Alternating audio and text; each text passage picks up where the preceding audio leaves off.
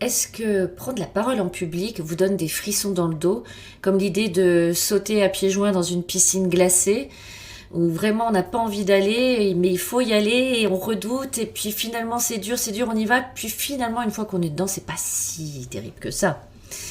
Bah, si vous avez vécu ça, vous êtes comme tout le monde, parce que c'est pas très naturel, et que ce qui se passe dans notre cerveau, c'est que ça active l'amygdale, hein, cette fameuse amygdale qui gère nos émotions, et qui est vraiment l'amygdale, elle repère les éléments qui peuvent être des dangers autour de nous, et déclenche la peur.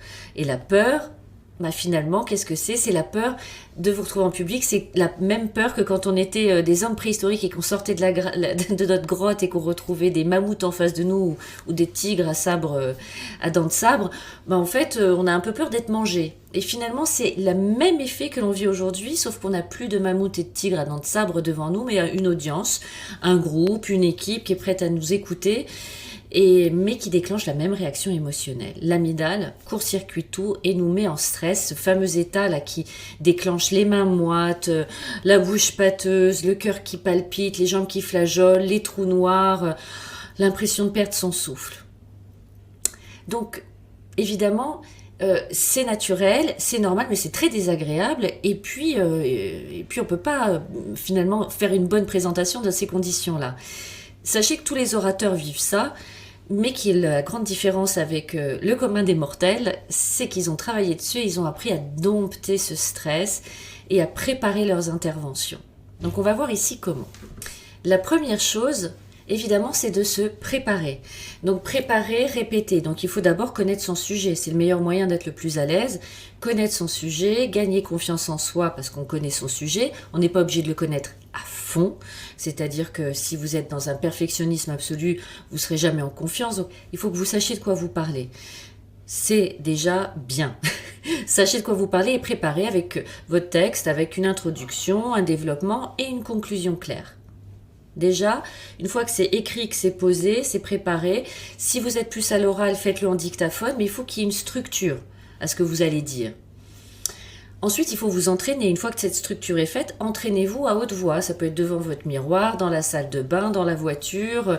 Entraînez-vous, parce que plus vous allez vous entraîner, plus vous allez être à l'aise. D'accord? Ça, c'est le premier conseil. Deux, apprenez à maîtriser votre stress. Donc déjà, une chose, c'est qu'au lieu de vous dire « je suis stressé, je suis nerveux, j'ai peur, je ne vais pas y arriver », en fait, réalisez que c'est de l'énergie que vous avez. Mais c'est une énergie là qui vous diminue, qui est vraiment en énergie basse, qui vous fait subir la situation. Transformez-le en visualisant la chose différemment, en disant « Waouh, j'ai plein d'énergie, je suis bien comme il faut pour pouvoir transmettre, interagir avec les gens, être au taquet. » Et ça change complètement psychologiquement votre posture. 2, avant de faire votre présentation orale, que ce soit pour un examen, devant une équipe, dans un séminaire, un discours de mariage, quoi que ce soit, respirez. Vous savez bien maintenant que respirer, c'est ce qui va calmer le système parasympathique et donc des respirations simples, comme par exemple inspirer sur 3 temps par le nez, bloquer et expirer sur 4 temps par la bouche pour bloquer et faites ça 4 fois de suite va suffire à ralentir votre rythme cardiaque et calmer tout le système vagal. Donc respirez, d'accord? Ça marche toujours. Ensuite, visualisez positivement. Ça, vous pouvez le faire très en amont. Visualisez positivement le jour de votre présentation. Visualisez-vous avec aisance, en train de prendre la parole, bien. Vous pouvez même visualiser des images de gens, des visages, des sourires, des interactions sympas. Et ça va aider aussi à capitaliser sur tout le côté positif de cette présentation. 3e conseil. Gérez votre corps et votre voix. Parce que sous le coup du stress, si vous n'avez pas fait les étapes précédentes, vous pouvez vous retrouver le jour J à vous agiter dans tous les sens et à parler très vite. Et auquel cas, votre message perd considérablement de l'impact.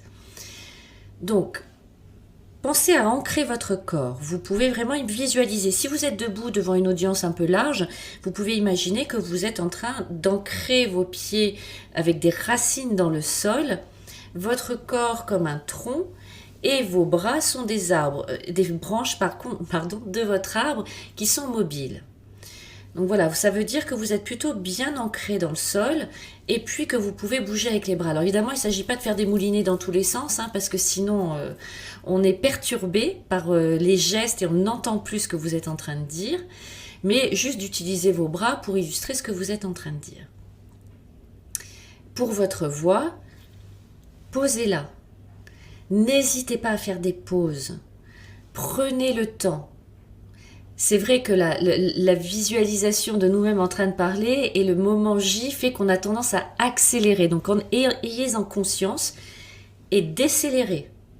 Prenez le temps de poser votre discours, de regarder les gens, d'être attentif, vraiment, et de poser votre voix et de faire des pauses.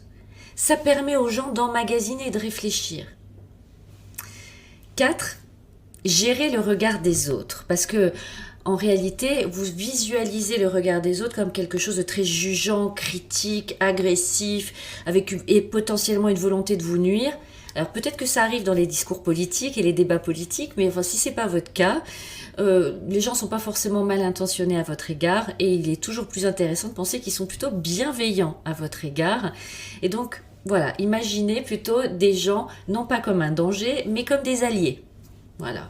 Et d'ailleurs, quand vous faites attention et que vous balayez du regard les personnes, la salle, les membres de votre équipe, vous allez trouver des visages encourageants.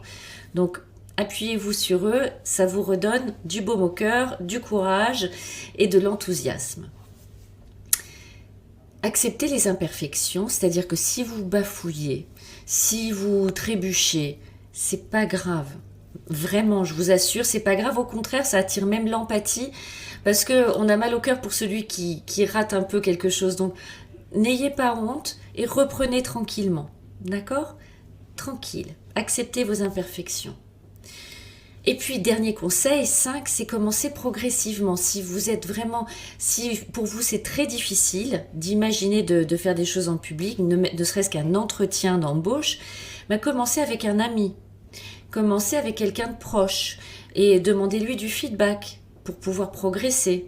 Et puis, augmentez petit à petit. Faites une petite réunion avec des copains, en famille, dans votre petite équipe, dans votre assos, dans votre club de foot ou quoi que ce soit. Des petites réunions. Comme ça, vous élargissez votre cercle de confort petit à petit pour prendre de l'aisance et vous entraîner. Vous pouvez également vous inscrire à des cours d'impro théâtrale ou des cours de théâtre tout simplement. C'est extrêmement aidant, c'est super intéressant, c'est riche, ça va vous aider à développer de la spontanéité, de la réactivité, de l'écoute et de la confiance en vous. Donc c'est toujours très très bon à prendre. Évidemment, vous pouvez aller voir un coach pour vous aider à vraiment développer ça. Et puis vous pouvez filmer vos interventions et vous faire aussi du feedback tout seul. Ça marche très bien. Donc, entraînez-vous. Moi, j'ai connu beaucoup de dirigeants qui étaient très en difficulté avec cette prise de parole et qui avaient des prises de parole qui devaient avoir de l'impact pour embarquer des organisations.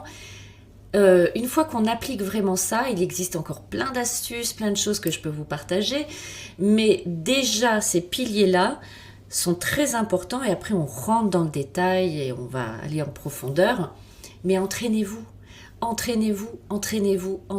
c'est un entraînement, c'est comme du sport, voilà, et plus vous allez vous entraîner, meilleur vous allez devenir et plus vous allez prendre de plaisir à le faire. Et je vous y encourage parce que si vous avez des choses à transmettre, c'est dommage de priver les autres de tout ce que vous pouvez partager. Donc racontez-moi, quelle est la prochaine prise de parole que vous allez accepter, dans laquelle vous allez vous lancer et qu'est-ce que vous avez envie de dire ? Racontez-nous.